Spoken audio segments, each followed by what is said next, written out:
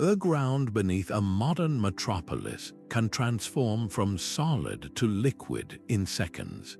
This is the hidden reality for millions in cities built on unstable terrain, a gamble between human ambition and the shifting earth.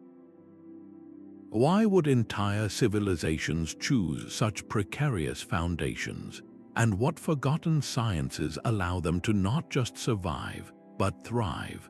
By the end of this, you will understand the secret forces that keep these cities standing against impossible odds.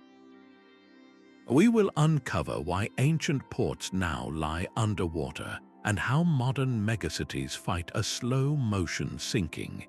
You are about to see the world beneath your feet in a completely new light.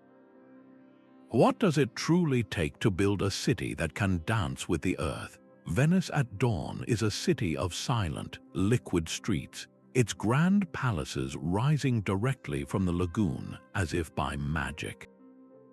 This breathtaking scene is not a fantasy but the result of a deliberate, centuries-old choice. Why would anyone choose to build a masterpiece on a foundation of mud and water? The answer lies in a powerful, recurring truth. Cities are rarely planted on unstable ground by mistake. They are born from overwhelming strategic necessity. A perfect natural harbor, like the one that cradles Istanbul, commands crucial trade routes between continents. A river delta, however soft and sinking, offers fertile land and access to the sea, as seen with ancient ports now lost to the waves.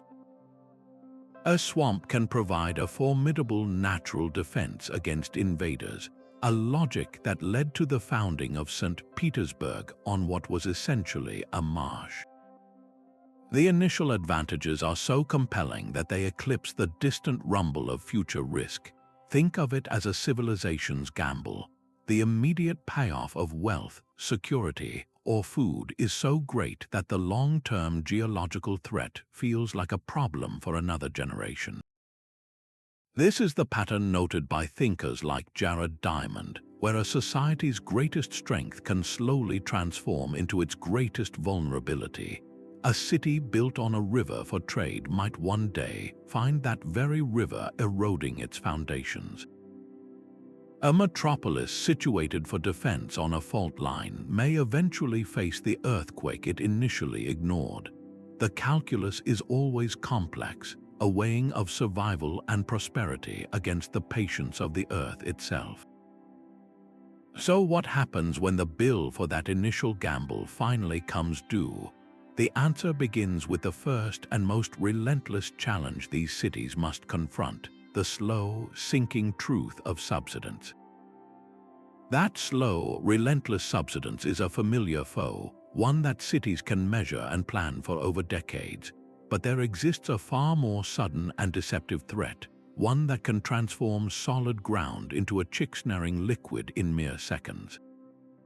This is the terrifying phenomenon of liquefaction. Imagine a child on a beach stamping their foot on wet sand. For a moment, the firm surface around their foot turns to a soupy slurry.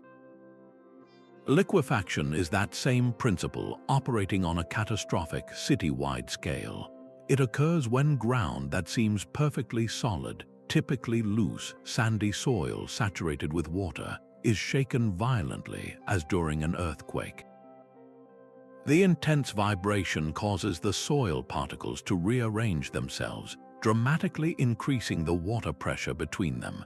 In an instant, the ground loses its strength and behaves like a liquid, unable to support the weight of the structures built upon it. The surreal power of this process was laid bare during the Niigata earthquake in Japan in 1964. There, witnesses saw entire apartment buildings slowly, almost gracefully, tilt over onto their sides. They did not shatter or crumble. They simply sank into a ground that had ceased to be solid, a haunting testament to liquefaction's unique destructiveness. For centuries, builders had no scientific understanding of this risk. They could not know that the very ground that seemed so stable could betray them in the worst possible moment. Today, geotechnical engineers like Professor I.M. Idris have dedicated their lives to modeling this behavior. They study the intricate dance between soil particle arrangement, hidden water pressure, and the specific frequencies of seismic waves that trigger the soil's structural collapse. The risk depends on several key factors: the depth of the water table, the density and mix of the soil grains themselves, and the sheer power and duration of the shaking. So how does a modern city possibly defend itself against an enemy that can turn its foundations to quicks and without warning?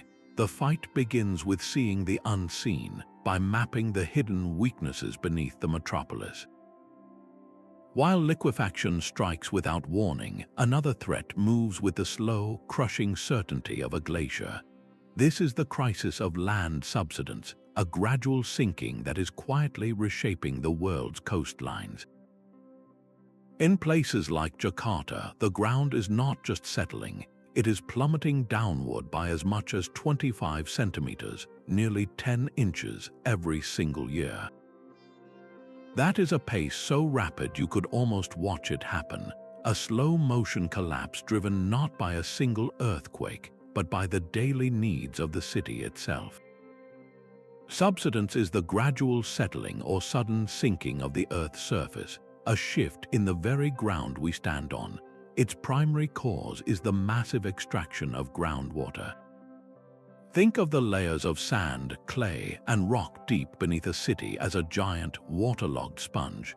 This sponge provides natural support, but when millions of people pump this water out for drinking, bathing, and industry, the sponge dries out and compresses. The empty spaces within it collapse, and the land above simply sinks.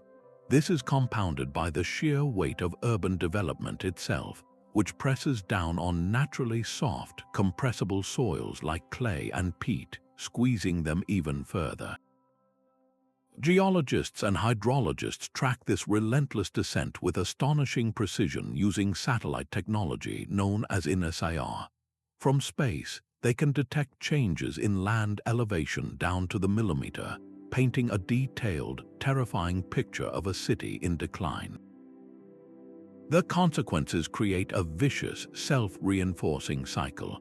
As the land sinks, it becomes more vulnerable to flooding, especially from rising sea levels. This increased flood risk often prompts cities to pump out even more groundwater to divert or manage the water, which only accelerates the subsidence.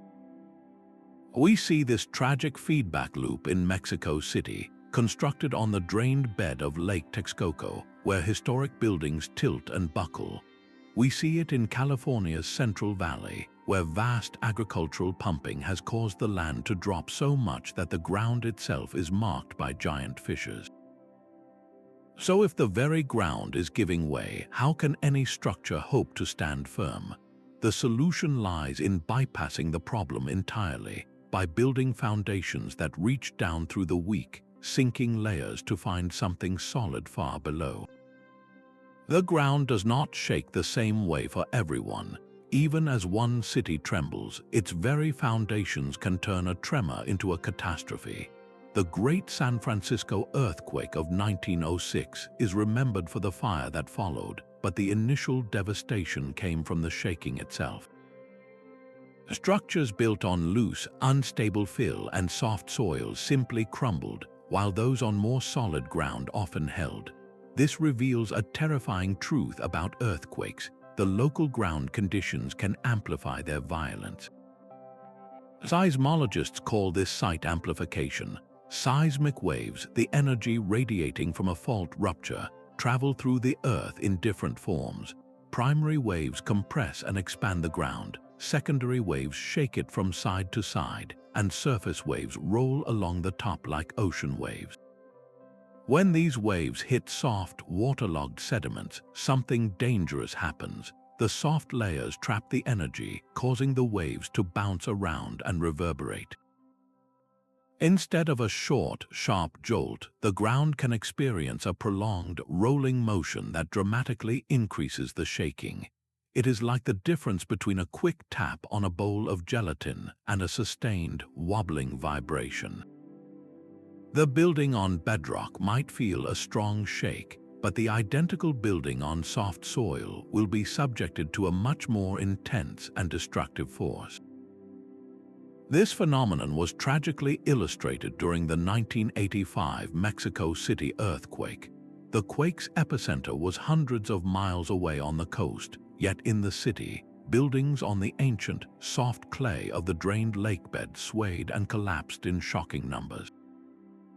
Meanwhile, structures anchored to the firm volcanic rock surrounding the old lakebed survived with far less damage. The earthquake's power was filtered and magnified by the weak, jelly-like ground, proving that the soil beneath a city can be as decisive as the earthquake's magnitude. So how can we possibly design for such an unpredictable and powerful force?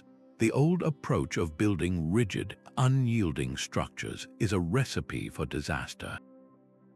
The solution is not to fight the Earth's movement, but to move with it, using foundation systems designed not for stillness, but for dynamic, unpredictable loads.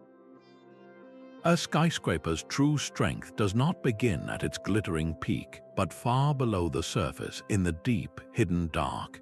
In cities wrestling with soft, sinking, or shaking ground, the most brilliant engineering is often completely invisible. This is the science of deep foundations, a discipline that gives massive structures the equivalent of incredibly long stilts, anchoring them to the Earth's stronger, deeper heart. These systems are designed to bypass the problematic layers near the surface, the compressible clays, the loose sands, the waterlogged soils, and instead transfer the immense weight of a building down to a stratum that can truly hold it, often hundreds of feet below. The principle sounds simple, but the execution is a masterpiece of geotechnical calculation. Engineers must determine the load-bearing capacity of the deep soil or rock. They analyze two key sources of support: the skin friction, which is the grip of the soil against the sides of the foundation element, and the end bearing, the direct pressure the foundation applies to a strong layer at its very tip. It is a constant battle against unseen forces, from the corrosive chemistry of groundwater to the potential for soil to be scoured away by water flow. There are several ways to achieve this deep anchor. Driven piles are massive columns, often of steel or concrete, that are hammered directly into the ground. Bored piles involve drilling a deep hole and filling it with reinforced concrete. Caissons are giant, watertight structures, sometimes built in place or sunk as pre-formed chambers that act as colossal piers. The construction of the Petronas Towers in Kuala Lumpur provides a stunning example. The site was underlain by unstable limestone, riddled with cavities and soft zones. To achieve stability, engineers constructed one of the world's deepest foundations at the time, a complex network of piles and a massive concrete mat that essentially floats the twin towers on an engineered platform, securely transferring their phenomenal weight down to the competent rock far below. These hidden anchors are a city's first and most critical line of defense, a silent network of roots that hold the urban forest firm against subsidence and seismic waves. But what happens when the instability is so vast that securing individual buildings is not enough? When the very land itself needs to be re-engineered on a monumental scale, sometimes the only way to stabilize the ground is to build an entirely new one. This is the monumental logic of land reclamation, a centuries-old battle against the sea where humanity does not just adapt to the earth, but actively reshapes it. From the vast polders of the Netherlands to the stunning artificial archipelagos of Dubai, we have literally created new land from the ocean, often by depositing immense quantities of soil and rock onto soft, unstable marine clays. But this new ground is born with a fundamental weakness. The moment you pile millions of tons of new earth onto a saturated clay seabed, you trigger a slow-motion geological reaction. The immense weight squeezes the water out of the clay, a process engineers call consolidation. This is not a quick event. It can take decades for the water to fully escape, and as it does, the new land slowly, inevitably sinks. This settlement is not a design flaw, it is an unavoidable reality. The challenge is to manage it, to force the sinking to happen in a controlled way before you ever lay a foundation. To accelerate this natural process, engineers use brilliant, simple techniques. They install vertical drains, often called wick drains, which are permeable columns punched deep into the clay. These act like straws, giving the trapped water a clear, quick path to escape upward, speeding up the consolidation from decades to just a few years. Then they use pre-loading, piling even more extra weight, known as a surcharge, onto the new land. This surcharge is like a heavy book placed on a wet sponge, forcing out the water and compressing the soil far more than the final buildings ever will. Once the majority of the settlement has occurred, the extra weight is removed, and the now stable land is ready for construction. The story of Kansai International Airport in Japan is a masterclass in this practice. Built on a man-made island in Osaka Bay, the entire facility was predicted to settle significantly over 50 years. Engineers meticulously calculated this descent, and the entire airport was built to slowly sink as a single, unified block, with adjustable supports and careful monitoring ensuring its runways and terminals remained level and functional throughout the process. This represents the ultimate proactive stance, not just building on unstable ground, but creating stable ground from scratch. Yet even this Herculean effort cannot fully eliminate the underlying vulnerability. Reclaimed land, by its very nature, remains locked in a perpetual struggle with the ocean it was stolen from, a struggle that demands one final, critical line of defense. That final line of defense is a moving piece of architecture so vast it redefines the scale of human ambition. The Meeslankering storm surge barrier in the Netherlands is not merely a wall, it is a pair of floating arms, each longer than the Eiffel Tower is tall. When a severe North Sea storm approaches, these colossal steel gates float out from their docks to meet in the middle, sealing off the port of Rotterdam from a surging ocean. This is the ultimate expression of holding back the tide, a system that must withstand forces that feel almost biblical. The engineering behind such a barrier is a deep integration of multiple sciences. It is not enough to build a strong wall. Engineers must calculate the relentless hydrostatic pressure, the immense weight of the water pushing against the structure. They must model the brutal, repetitive impact of wave forces and plan for the silent, insidious threat of corrosion from salt water. Most critically, they must account for the very ground the barrier is built upon, which itself may be slowly subsiding, subtly altering the angles and stresses on the entire system. The goal is to create a structure that can confidently face a once-in-a-thousand-year storm event. Modern flood defense is no longer just about hardened concrete. It includes movable barriers like the Meeslankering, intelligent levees with reinforced, impermeable cores, and a growing reliance on soft engineering. This approach restores natural buffers like coastal wetlands and mangrove forests, which act as sponges, absorbing wave energy in a way no wall ever could. The catastrophic failure of New Orleans levees during Hurricane Katrina stands as a stark, painful lesson. The problem was not necessarily the height of the walls, but the instability of the soft, peaty soils they were anchored in. The water pressure from the storm surge simply pushed the levees sideways, causing them to collapse from the bottom up. It was a devastating reminder that a flood defense is only as strong as the ground it stands on. These monumental structures represent a constant, visible battle against the external elements. But what about the enemy within, the silent, daily flow of water through the city's own veins? This brings us to the critical, yet often overlooked, drama of the urban water cycle.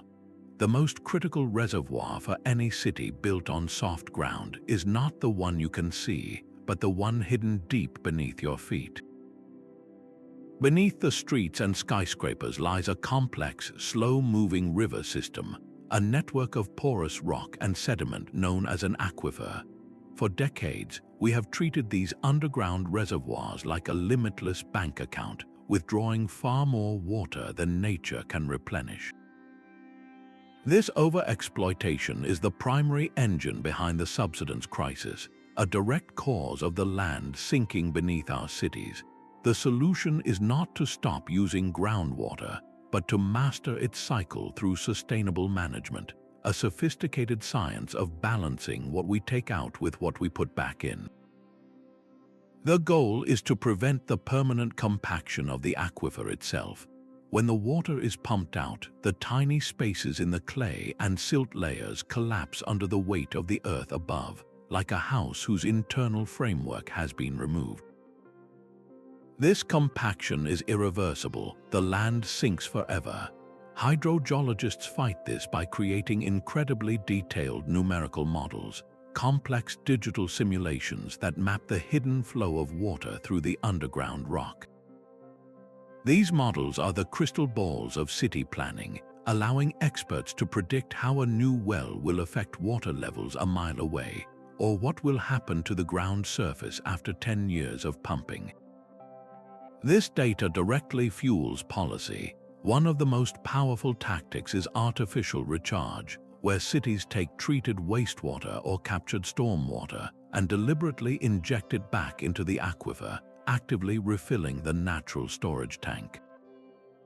Other key strategies are starkly practical, regulating well permits to limit the number of straws in the drink, implementing tiered water pricing where heavy users pay more, and developing alternative sources like desalination to reduce the overall demand on groundwater.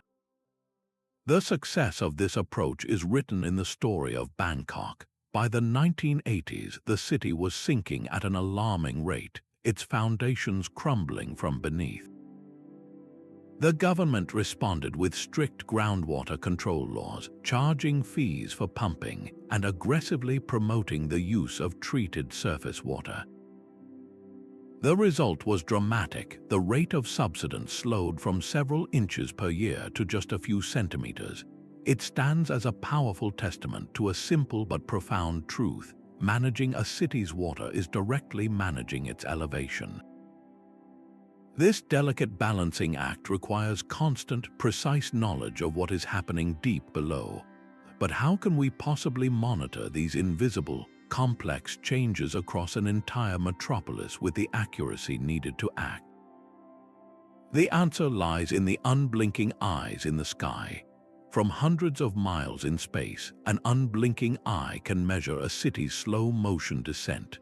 Satellites equipped with a technology called interferometric synthetic aperture radar, or INSAR for short, are now the guardians of urban stability. They work by sending radar waves down to Earth and precisely measuring the signal that bounces back. By comparing images taken days or weeks apart, these instruments can detect ground movement with astonishing precision, down to a few millimeters each year.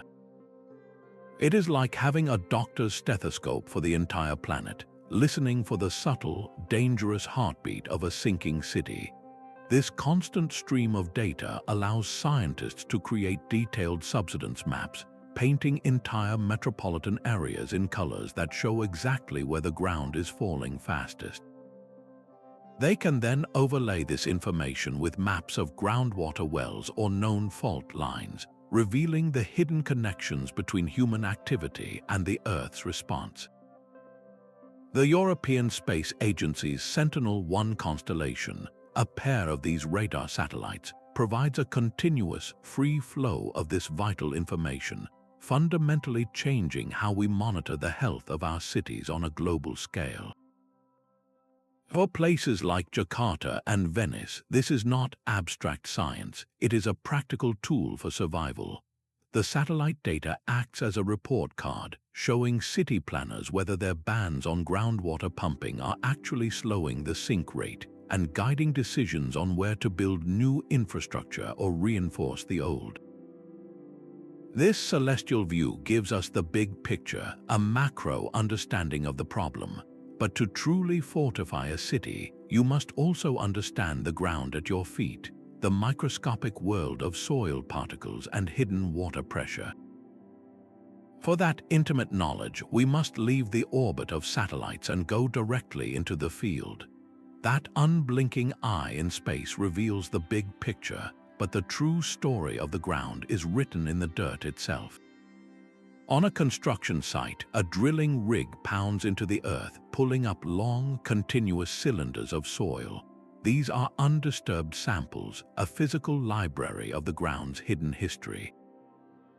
Each layer of clay, sand, or gravel tells a story of past environments and predicts its future behavior under the weight of a city. This is the meticulous art of geotechnical site investigation, the essential first step before any foundation can be designed.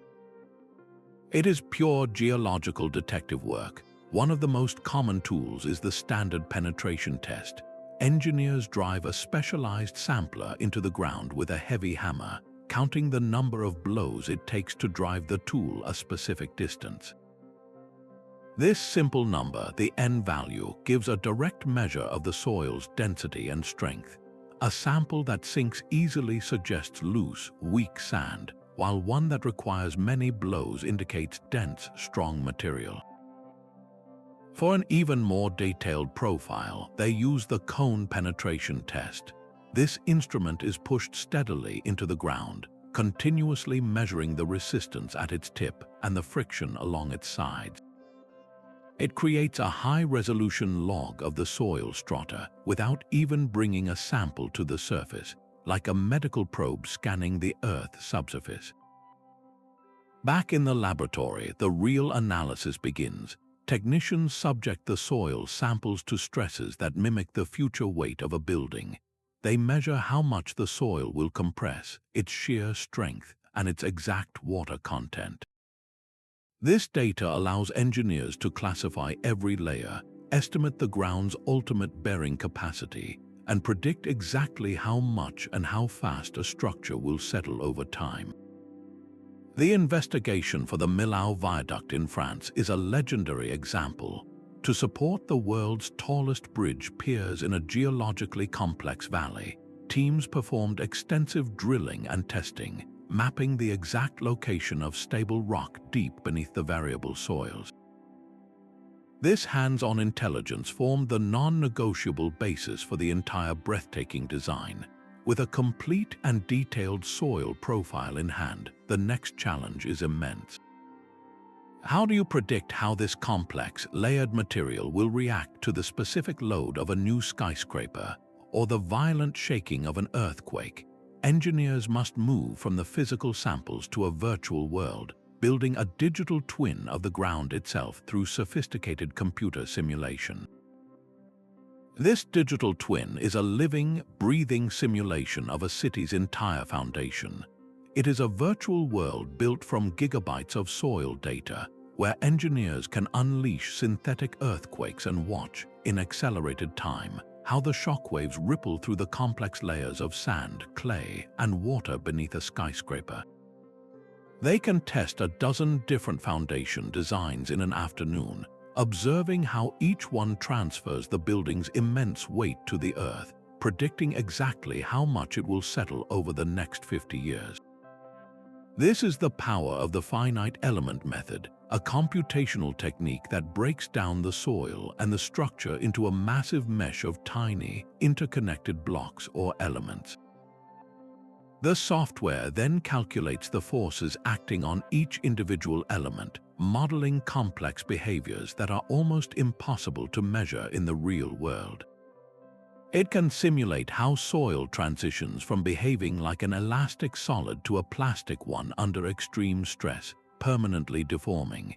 It tracks the crucial buildup of pore water pressure, the very trigger for liquefaction, within the soil's microscopic spaces.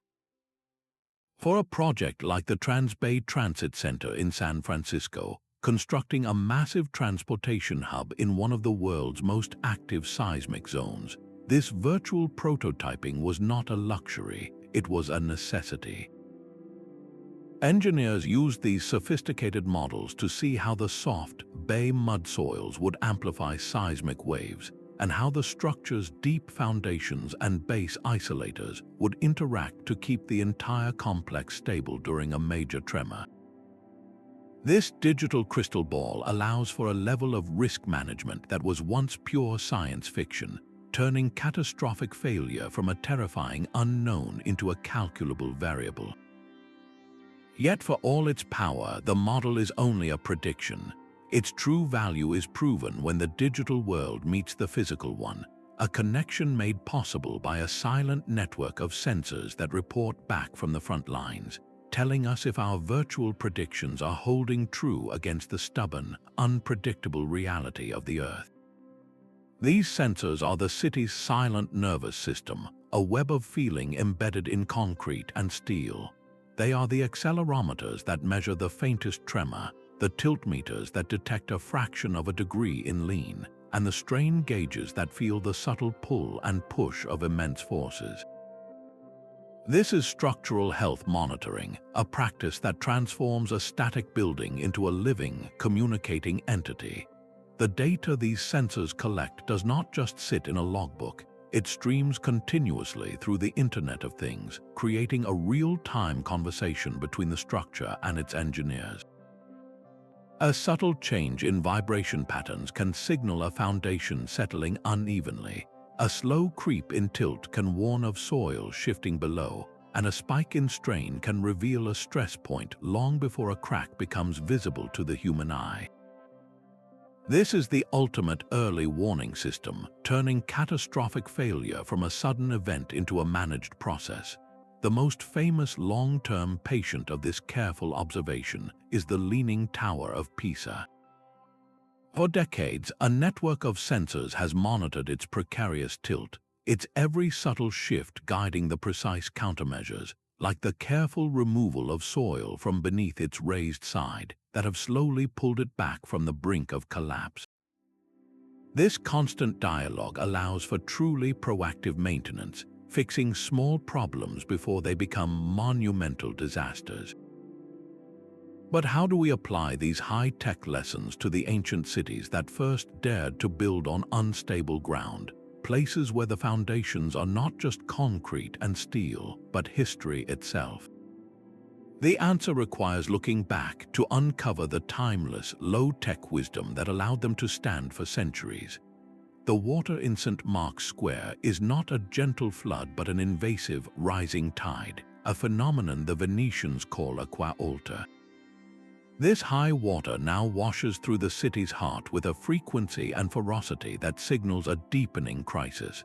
Venice's battle is twofold: a city sinking slowly into its own soft foundation while the global sea around it climbs ever higher. Its legendary beauty rests on a hidden forest, millions of alder wood piles driven centuries ago into the lagoon's compressible layers of mud and sand. These wooden stakes, remarkably preserved by the anoxic, oxygen-deprived water, have provided a stable perch for stone palaces by transferring their weight to a more compact layer of clay far below. For 1,000 years, this ingenious foundation worked, but now the calculus has changed. The extraction of groundwater and the natural compaction of the sediments have caused the city to subside, while melting ice and thermal expansion of the oceans have raised the Mediterranean. The result is a perfect storm that brings the Adriatic Sea into Venetian living rooms. The city's answer is the MOSE system, an acronym for Experimental Electromechanical Module, a series of 78 massive, yellow steel gates resting in concrete housings on the seafloor. When a high tide is predicted, compressed air is pumped into the gates, forcing them to rotate upward on massive hinges, creating a temporary barrier that can seal off the entire lagoon from the sea. It is a breathtaking feat of modern engineering, yet its operation is fraught with complexity. Closing the gates too often can trap pollution within the lagoon, damaging its delicate ecosystem. It also halts the vital maritime traffic that is the city's economic lifeblood, creating a constant tension between protection and prosperity. Beyond this monumental defense, the city engages in a perpetual, low-level war of adaptation. Constant dredging clears the canals of silt, stone foundations are injected with grout to stabilize them, and building entrances are quietly raised a step at a time. Venice teaches a profound lesson that survival on unstable ground is not achieved with a single, heroic project. It is a continuous, evolving process, a daily negotiation with the elements that demands constant vigilance and endless adjustment. While Venice wages its slow war against the sea, other cities face a far more explosive and unpredictable enemy, one that shakes the very bedrock of their existence.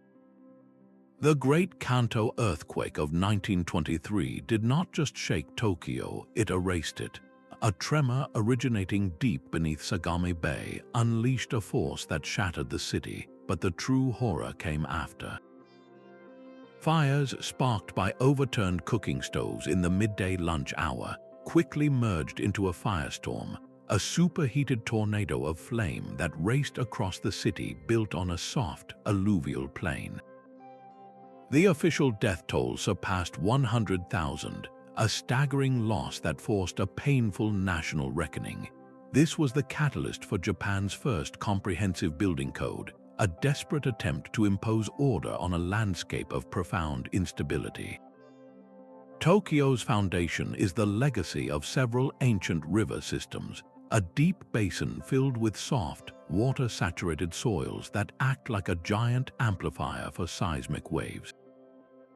The city's journey from that ashes of 1923 to its modern skyline is a history written in seismic code revisions, each one a lesson paid for in blood and rubble.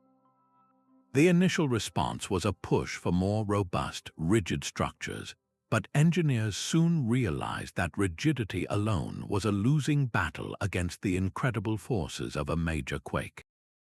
The breakthrough was a shift in philosophy, from resisting the Earth's movement to moving with it. This gave rise to two revolutionary technologies. Base isolation systems essentially place a building on giant, flexible bearings, often made of alternating layers of steel and rubber, that allow the structure to slide and sway as a single unit while the ground shakes violently beneath it. Damping systems act like the shock absorbers in a car, using pistons filled with thick fluid or twisting massive pendulums to dissipate the earthquake's energy as heat, preventing it from being transferred into the building frame. The ultimate test of this decades-long evolution came with the Tohoku earthquake in 2011. The tremor was one of the most powerful ever recorded, and its shaking was felt intensely in Tokyo, hundreds of miles from the epicenter. Buildings swayed violently, but the advanced engineering held. While the damage was significant and the disruption immense, the city did not see the widespread catastrophic collapse that would have been inevitable a century before. Tokyo stands as a powerful testament to a simple, hard-won truth. Resilience is not a single invention, but a continuous process of learning from disaster and relentlessly innovating. Yet for all its sophistication, Tokyo's defenses are designed for ground that shakes. Not all unstable ground is soft. Some cities are built on ground that is literally dissolving beneath them. The Angel of Independence in Mexico City no longer stands on its original base. The entire monument has been raised step by step because the city around it has sunk more than 30 feet over the past 100 years. This is not a gradual settling, but a dramatic collapse driven by a single, powerful cause: The metropolis is built upon the remnants of Lake Texcoco, a vast body of water that the Aztecs once transformed into their island capital, Tenochtitlan. When the Spanish drained the lake, they unwittingly set the stage for a slow-motion crisis. The foundation of modern Mexico City is a thick layer of extremely soft, highly compressible clay, a legacy of that ancient lakebed. For centuries, this spongy ground was held in place by the pressure of the water within it. But as the city's population exploded into the tens of millions, the demand for groundwater became insatiable. Pumping this water out was like deflating the very support system of the land. The clay layers compressed, and the city began its relentless descent. This subsidence is not a gentle, uniform sinking. Different parts of the city are built on clays of varying thickness and composition, so some areas sink faster than others. The result is a landscape of terrifying tilts and warps. Buildings lean at alarming angles. The city's metro system, a vital artery for millions, deforms as the tunnels and tracks shift unevenly, requiring constant, costly engineering adjustments to keep the trains running. The most poignant symbol of this struggle is the Metropolitan Cathedral, a colossal Baroque masterpiece and an UNESCO World Heritage Site. Its sheer weight, pressing down on the uneven clay, caused it to sink more in some places than others. For decades, one side of the cathedral dropped lower than the other, threatening to tear the entire structure apart. The solution was a monumental feat of geotechnical rescue known as underpinning. Engineers slowly and carefully excavated beneath the existing foundation, inserting new concrete piles deep enough to reach a more stable layer of soil, effectively giving the ancient cathedral a new, deeper set of legs. Mexico City is perhaps the world's most powerful lesson in the long-term consequences of severing a city from its natural hydrology. It is a stark reminder that when you disrupt the water balance of a region, the very ground can rebel. And while some cities sink straight down, others face a different kind of movement, a slow but relentless slide down a hillside. A neighborhood in Los Angeles can begin a slow, unstoppable migration down a hillside. This is not a sudden collapse, but a relentless, grinding slide known as land creep, a silent disaster that unfolds over seasons. The ground itself becomes a viscous fluid, with houses cracking apart and roads warping as they ride a tide of earth moving just inches per year. The trigger is almost always water. During a wet winter, rainwater seeps deep into a slope, saturating weak, unstable layers of clay or shale. This water acts as a lubricant, dramatically reducing the soil's shear strength, which is the internal friction that holds the slope together. It is the difference between a pile of dry sand that holds its shape and the same pile when it becomes wet and slumps into a mudslide. Geologists are the detectives of this slow-motion crisis. They use airborne LiDAR, a laser mapping technology that can see through vegetation to create a precise, three-dimensional model of the ground surface. This reveals the subtle, telltale scars of past landslides and the faint bulges that signal a slope is primed to move. They combine this with slope stability analysis, complex calculations that weigh the slope's angle, the specific type of soil, and the pressure of the groundwater against the inherent strength of the materials. The result is a hazard map, a forecast of failure that paints entire neighborhoods in zones of risk. The Portuguese Bend landslide in California is a textbook example of this phenomenon on a colossal scale. This entire section of the Palos Verdes Peninsula has been sliding toward the ocean for decades, displacing homes, twisting roads into useless ribbons, and proving just how difficult it is to stop a landmass once it decides to move. The mitigation strategies for such a threat are monumental. Engineers install deep drainage systems, networks of perforated pipes that act like giant needles, drawing down the water table to remove the lubricant. They drill long steel soil nails into the hillside, stitching the unstable layers to more stable rock below.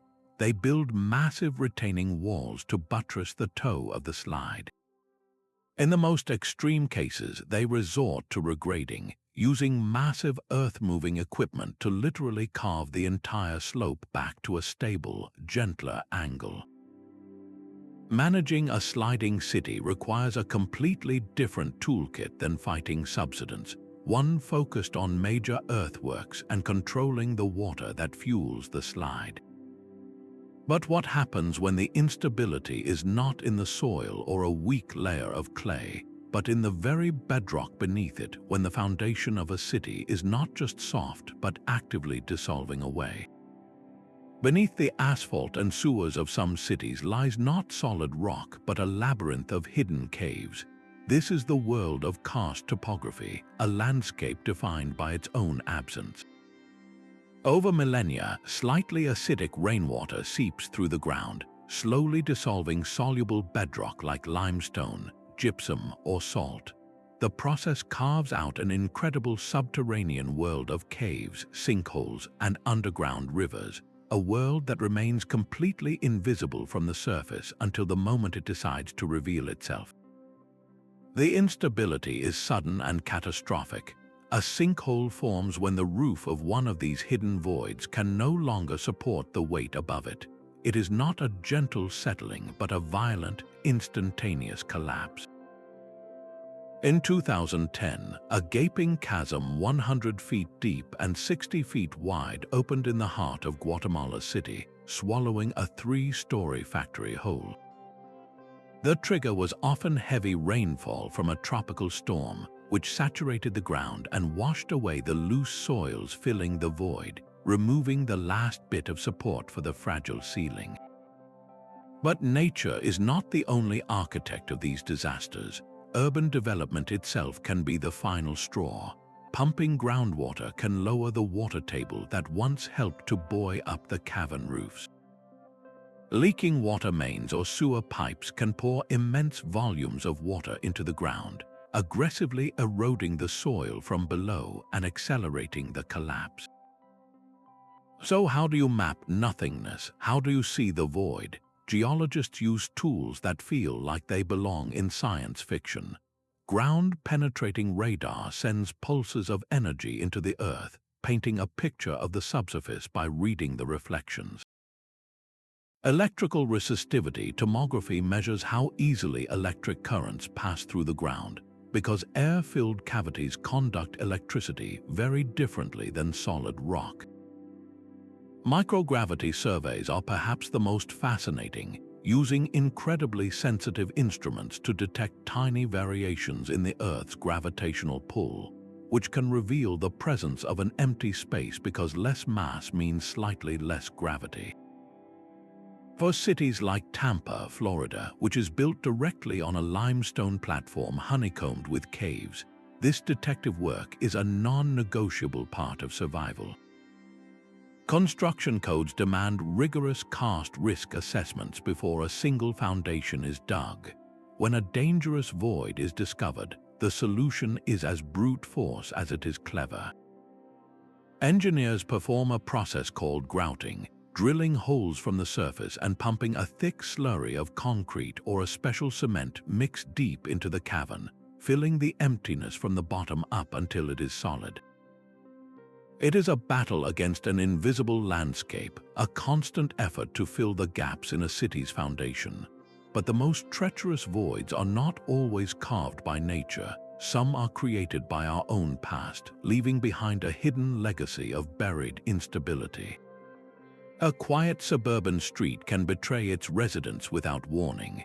The ground simply opens, swallowing a car or a garden shed into a sudden pit. This is not a natural sinkhole, but a ghost from the industrial past, a crown hole formed when forgotten mine tunnels collapse far below. For cities built atop historical coal, salt, or mineral extraction sites, The ground is not a stable foundation but a crumbling ceiling over a labyrinth of abandoned shafts and chambers. The danger lies in the slow, invisible decay of the mine's own support structure. Wooden beams rot away over decades. Pillars of coal, left behind to hold up the roof, can gradually crumble under the immense pressure of the overlying rock. Water infiltration rusts metal supports and washes away loose material, until finally the ceiling can no longer hold, and the ground above drops into the void. This legacy of subsidence haunts former mining regions from Pennsylvania's coal country to the city of Stoke-on-Trent in the United Kingdom, where entire urban areas are a delicate patchwork over a hidden world of tunnels. Mitigating this risk is a massive forensic undertaking. It begins in dusty archives, with historians and engineers piecing together old company maps that often conflict or are tragically incomplete. Once a likely void is identified, the only way to be sure is to drill. Crews bore deep into the earth, using core samples and downhole cameras to confirm the presence and condition of an old mine working. The solution is as brute force as the problem, a process called grouting. Teams pump a thick slurry of cement and fly ash under high pressure into the abandoned tunnels, filling the dangerous emptiness from the bottom up until it becomes a solid, stable mass. This is not a one-time fix but a constant, costly municipal duty. Modern planning regulations now demand that any developer working on land with a potential mining history must conduct exhaustive desk studies and intrusive ground investigations before a single brick is laid. This ongoing battle against a forgotten industrial past underscores a powerful and unifying truth that the ultimate defense for any city on unstable ground is not just brilliant engineering, but proactive and vigilant governance. That crucial geotechnical report on the city planner's desk is more than just paperwork. It is the front line of a silent war for urban safety. This document represents the power of the regulatory framework, a system of building codes and zoning laws that translates hard-won geological knowledge into enforceable rules. These codes are the collective memory of a society's disasters, a written promise that the mistakes of the past will not be repeated. Modern building codes, like the International Building Code, are not generic recipe books. They contain specific, demanding chapters that force builders to confront the unique personality of the ground. Before a single foundation is dug, the code mandates a thorough site investigation, requiring engineers to prove they understand the soil's strength, its water content, and its hidden vulnerabilities. For a high rise in a liquefaction zone, the code does not simply suggest a deep foundation. It demands one, specifying the depth and strength needed to anchor the building safely below the dangerous, loose layers. This legal framework extends beyond individual lots to the city's master plan. Zoning laws act as a strategic map for urban growth, drawing bright red lines around the most perilous ground. They can prohibit the construction of schools or hospitals directly atop an active fault trace. They can designate entire neighborhoods on Old Bay mud as low density only, preventing the immense weight of a skyscraper from pressing down on compressible clay. They can preserve natural hillside buffers, stopping development on slopes that are primed to creep.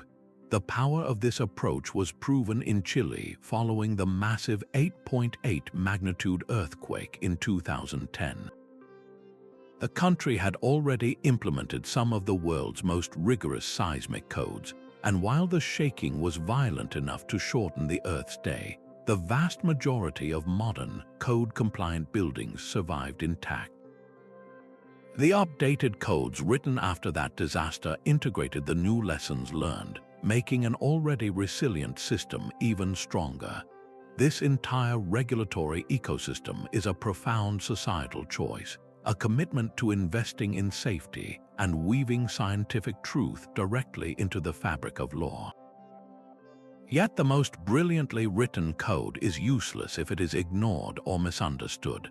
A rule that restricts building on a fragile slope means nothing if it is waived for political expediency. A mandate for deep pilings fails if a contractor cuts corners. This is where the final, most human element of the struggle comes into play, the vital task of making everyone, from politicians to homeowners, understand not just the rule but the life or death reason behind it. A geologist stands before a packed community hall, pointing not at charts of complex equations, but at a map of the very neighborhood outside. The streets are shaded in vivid colors, from serene green to alarming red, each hue representing the probability of a hillside giving way after a heavy rain.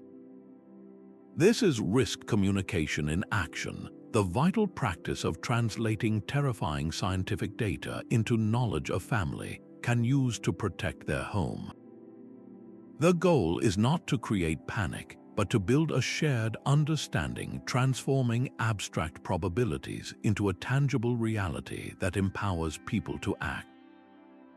This requires a radical transparency where hazard maps and subsidence data are not locked in academic journals but made available on public, user-friendly online portals. Cities now host virtual town halls where residents can type in their address and see a forecast of ground instability, understanding the specific threats their property may face over the next 50 years. This digital access is paired with physical readiness. In Japan, from a very young age, children participate in regular earthquake and tsunami drills, practicing ducking under desks and moving to higher ground until the actions become second nature. This creates a culture of preparedness that permeates the entire society, where every citizen becomes a sensor and a first responder. The community meeting is where this knowledge becomes local and personal. Homeowners learn to look for the early warning signs, the fresh cracks in their foundation, the doors that suddenly stick, the subtle tilting of a garden fence. They are taught not just what might happen, but what to do when it does and who to call. This bridge between expert knowledge and public action is the bedrock of true urban resilience. An informed citizenry is more likely to support the tough zoning laws and public funding for massive infrastructure projects because they understand the catastrophic cost of inaction. When a population is empowered with clear, honest information, they become the most crucial component of their own safety, a human network of vigilance and response that no sensor system can ever replace. The blueprint for a truly resilient city reads more like a living ecosystem than a static construction plan. This is urban resilience planning, a holistic philosophy that weaves together geotechnical science, hydrology, and seismic engineering from the very first sketch on the drawing board. It moves beyond simply fighting the ground's instability and instead designs a city that can work with it, absorbing shocks and adapting to change. The goal is to create an urban environment that is not just strong, but intelligently flexible. This integrated approach manifests in several key strategies. One of the most powerful is the concept of the sponge city. Instead of channeling stormwater away as quickly as possible through concrete culverts, the city itself is designed to absorb it. This means creating parks that double as temporary reservoirs during heavy rains, permeable pavements that let water seep back into the earth, and green roofs that capture rainfall. Every drop that soaks into the ground is a drop that does not contribute to flooding, and critically, it is a drop that helps to replenish the aquifers below, actively combating the subsidence caused by groundwater pumping. The infrastructure itself is also reimagined for flexibility. Engineers now design bridges and pipelines with expansion joints and flexible couplings that can tolerate a certain amount of ground movement without snapping. It is the difference between a rigid tree branch that breaks in a storm and a willow branch that bends and then springs back. Furthermore, this planning fiercely protects natural buffers.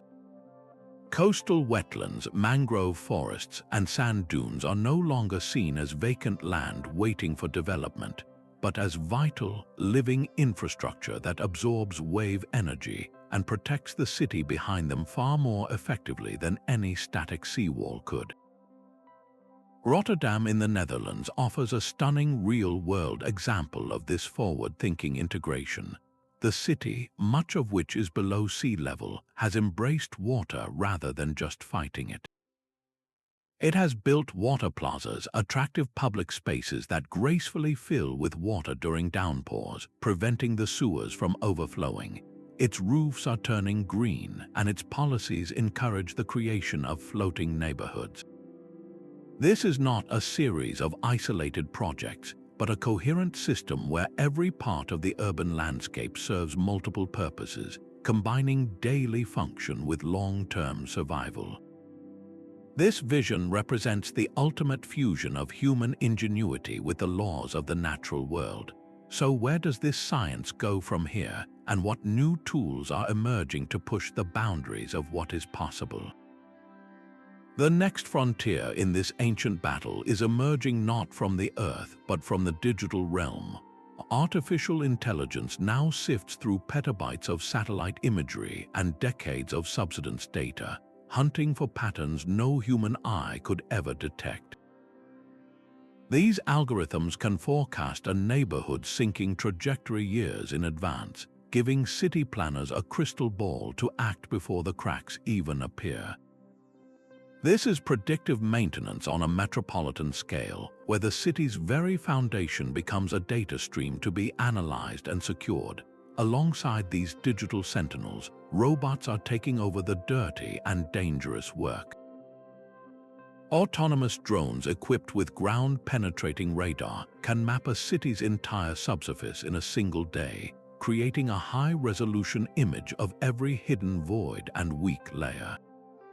Meanwhile, nimble inspection crawlers navigate deep inside sewer lines and foundation pilings, using sensors and cameras to spot the earliest signs of corrosion or stress, all without a single worker having to enter a confined space. This robotic workforce is transforming subterranean investigation from a risky, expensive guesswork into a precise, continuous health scan. But the revolution is not just in how we see the problem, it is also in what we build with.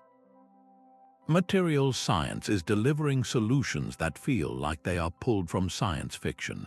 Self-healing concrete is infused with special bacteria or microcapsules that rupture when a crack forms, releasing a healing agent that solidifies to seal the breach autonomously. This could mean bridge supports and tunnel linings that repair their own wear and tear, drastically extending their lifespan. Even more astonishing are shape memory alloys, metals that can be deformed by immense pressure but then return to their original shape when heated, either by ambient warmth or an electrical current. Imagine building frames or foundation components that can bend during an earthquake and then snap back into perfect alignment once the shaking stops, rendering the structure instantly ready for the next event. These are not distant laboratory dreams, they are already being tested in real-world prototypes and specialized projects. The convergence of these technologies points toward a future where urban stability is actively managed by an intelligent, responsive system. It is a shift from a defensive posture to a predictive one, where the ground's instability is not just a threat to be contained, but a variable to be continuously monitored and preemptively neutralized. This technological leap promises to rewrite the rules of the game, but it also raises a profound new question. As our power to reshape the Earth grows more sophisticated, where do we draw the line between dominating our environment and living in harmony with its inherent nature? An ancient Roman wall stands fractured, its stones meticulously reset by hands 2,000 years gone. This is not just an archaeological relic, it is a seismic data point. The careful repair of that crack marks a specific moment when the ground shook violently, a forgotten earthquake recorded not by instruments, but in stone and mortar. This is the powerful intersection of archaeology and paleoseismology, two fields that together uncover the deep history of the Earth's unrest. Paleoseismology literally means the study of ancient earthquakes. Scientists trench across fault lines, reading the story of past quakes in the twisted and offset layers of sediment, much like reading the rings of a tree. They can date these events and estimate their magnitude, building a timeline of catastrophic shaking that goes back thousands of years, far beyond the century or so of our modern seismic records. Archaeology provides the human context for these geological events. When we examine the ruins of a city like Mohenjo-Daro in the Indus Valley, we see evidence of massive flooding and upheaval that may have shaped its destiny. At ancient Troy, the distinct layers of its destruction tell a story of conflict, but also potentially of earthquakes that brought down its mighty walls.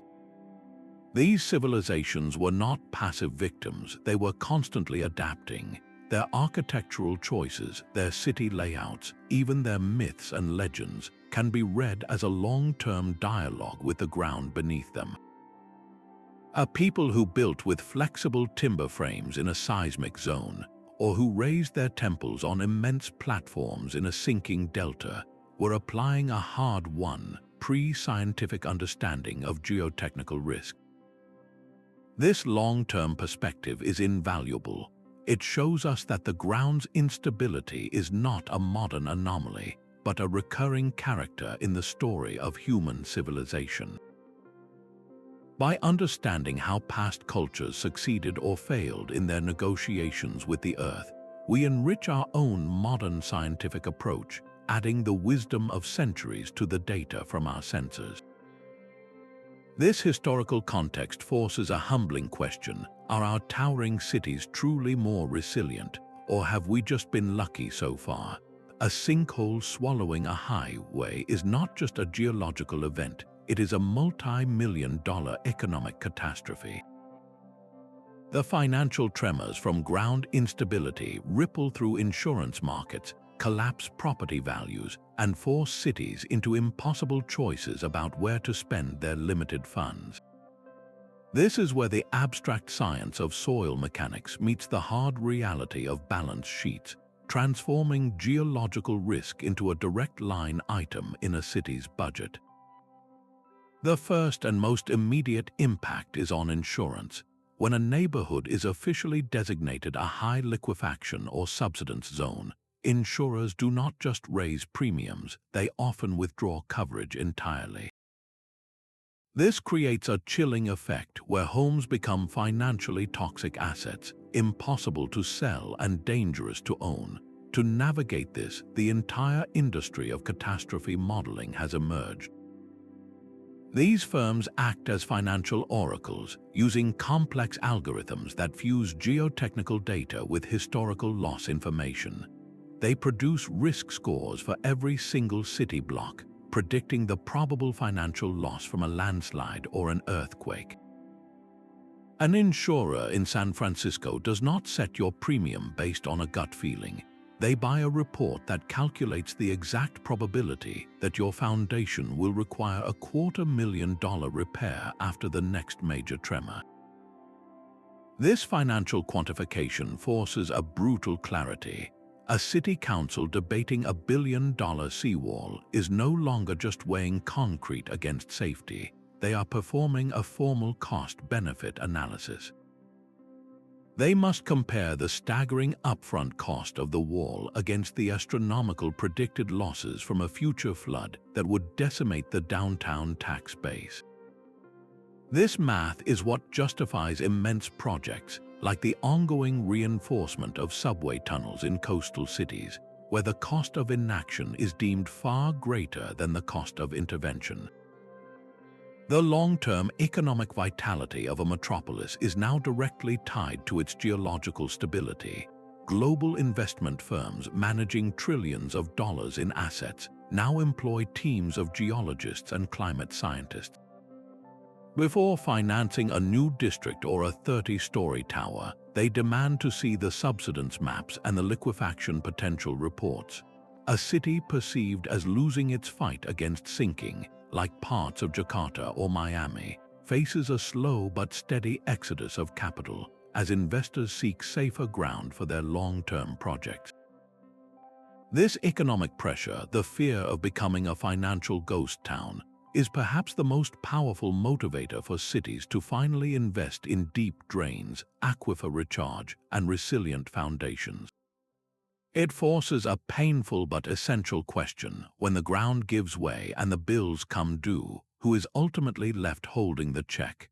The most dangerous ground in any city is often the cheapest, a stark reality that carves social inequality directly into the earth itself. While wealthy districts crown stable hillsides, the most marginalized communities are frequently pushed onto the only land left unclaimed: the floodplains that swallow homes during storms, the steep, sliding hillsides that crack foundations, and the low-lying areas first to vanish beneath rising seas. This is not a matter of chance, but a persistent pattern of environmental injustice, where geological risk is distributed not by nature, but by economic and social forces. The very tools meant to create safety can deepen this divide. A massive levee project might shield a prosperous downtown and its financial centers, but its design can inadvertently funnel floodwaters toward the less protected neighborhoods just beyond its reach. Similarly, multi-billion-dollar land stabilization efforts are prioritized for zones with the highest property values, leaving those on the economic periphery to face the shifting ground with little more than hope as their defense. An ethical approach to urban science demands we turn this logic on its head. It requires proactively mapping not just soil instability, but social vulnerability, identifying which communities face a double burden of poverty and precarious ground. The solution must be community-led planning, where the people who live with the daily reality of this risk have a direct voice in designing the solutions, from green infrastructure to reinforced slopes. Funding for these projects must be allocated equitably, ensuring a neighborhood's political influence does not determine its access to safety. And critically, policies must guard against resilience-driven gentrification, where building a new seawall or stabilizing a hillside makes an area so desirable that the original residents are priced out, creating a stable city only for the wealthy. A metropolis cannot be truly resilient if it is not also just. This constant, unspoken stress of living on unreliable foundations exacts a profound and often invisible toll on the human spirit. That constant, low-level hum of anxiety is the unspoken weather of daily life for millions. It is the background noise of a city built on unstable ground, a quiet awareness that the street you walk could one day behave like a liquid, or the hill your house sits on might be inching toward the sea. This psychology of risk is not a uniform experience. It fractures along the fault line of time. A sudden, violent threat like an earthquake triggers a primal, acute fear, a surge of adrenaline that demands immediate action. But the slow-moving disasters, the subsidence and the land creep, are different. They are a chronic condition, a low-grade fever of dread that can be easier to ignore, to rationalize away until a new crack snakes across a living room wall.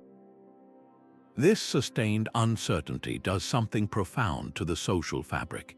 In some communities, it forges an unbreakable bond, a culture of mutual watchfulness where neighbors share information about foundation repairs and know each other's emergency plans. This hyper-vigilance becomes a form of social glue, creating a network of resilience that is just as vital as any seawall. Yet the same pressure can have the opposite effect, breeding a corrosive fatalism. When the threat feels too vast, too expensive, or too slow to confront, a community can retreat into denial, a collective decision to just live with the risk until it is too late. You can see this duality etched into the identity of a city like San Francisco. The memory of the Great Quake is not buried, it is celebrated. The city's survival is a core part of its story, a badge of honor that transforms a geological vulnerability into a source of collective strength and pride. This cultural narrative is a powerful coping mechanism, a way for a population to stare down its own precariousness and declare it a part of what makes them unique.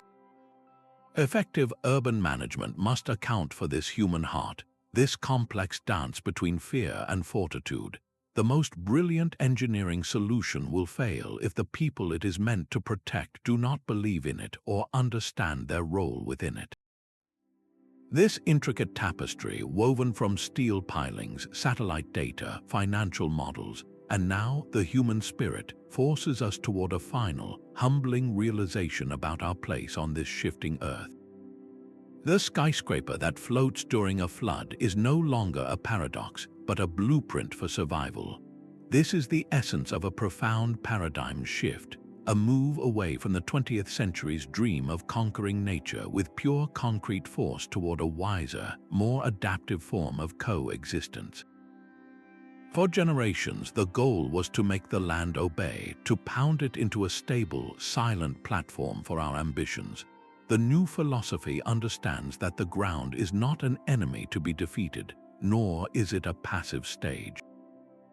It is a living, breathing participant in the life of the city, with its own rhythms and limits that we must learn to respect and integrate. This means designing for flexibility, not just rigidity. It means embracing architectural concepts like amphibious housing, where foundations allow buildings to rise gently with floodwaters before settling back into place. It means strategically using natural landscapes, preserving coastal wetlands and mangrove forests as our first and most resilient line of defense against storm surges, recognizing that these living ecosystems absorb wave energy with an efficiency no concrete wall can ever match. And with profound humility, it means accepting that some territories are simply too unstable, too dynamic for permanent, heavy development. This requires zoning that designates certain floodplains or sliding hillsides as natural buffers, land for parks and agriculture rather than dense neighborhoods. The Dutch concept of living with water is the global standard for this mindset. Instead of a single-minded war to hold back the sea, the Netherlands now creates spaces for water, designing public squares that turn into temporary reservoirs during heavy rains and encouraging floating neighborhoods that rise and fall with the river. This is not a surrender, but a sophisticated strategy that acknowledges a fundamental truth. You cannot win a fight against the ocean. You can only learn to dance with its tides. This entire journey through the science of unstable ground leads to one inescapable and humbling conclusion about our place on this restless planet. Our story of cities on unstable ground is ultimately a testament to human ingenuity, but also a profound cautionary tale about the limits of our control. We have journeyed from the deep foundations that anchor our skyscrapers to the satellites that track their slow-motion descent, from Venice's eternal battle with the sea to Tokyo's seismic evolution. The key takeaway is clear: the science of urban stability is not a niche field for engineers, but a fundamental pillar of civilization's entire future. This discipline demands a rare fusion of talents: the geologist who maps the hidden faults, the engineer who designs the flexible foundations, the hydrologist who manages the aquifers, the economist who calculates the staggering cost of failure, and the community leader who builds the trust needed for action. As climate change intensifies and rapid urbanization pushes more people onto precarious land, the hard-won lessons from these cities are no longer just interesting case studies. They are a global survival manual. The ground beneath our feet is not a passive stage, it is an active participant in the story of our cities. Let this exploration be a call to look down, to understand the hidden world that supports us, and to build our future not with brute force, but with a deep and abiding respect for the restless earth. We would love to hear from you. Share your thoughts on a city you know that faces these hidden challenges in the comments below, and subscribe for more deep dives into the mysteries that shape our world.